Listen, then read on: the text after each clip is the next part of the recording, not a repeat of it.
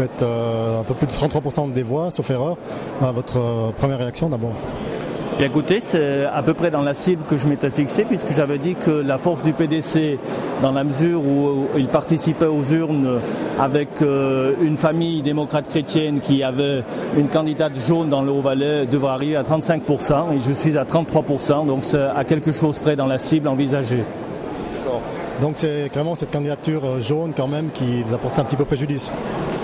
Je ne vais pas parler de préjudice, puisque les jaunes ont justifié cette candidature en disant qu'elle voulait d'abord être une locomotive pour le Grand Conseil. Je ne connais pas les résultats du Grand Conseil. Ce que je peux constater néanmoins, c'est qu'il y a eu 4 candidatures dans le Haut-Valais qui ont fait un score qui est tout à fait honorable. Et dans le Haut-Valais, on a voulu faire en sorte une sorte de primaire avec ce premier tour qui n'a pas forcément été pour les candidats démocrates chrétiens du Valais romain quelque chose qui nous a facilité la tâche. Par contre, alors, il y a la candidature de l'UDC Franz Ruppen qui a été largement contenue. Vous êtes surpris par cela?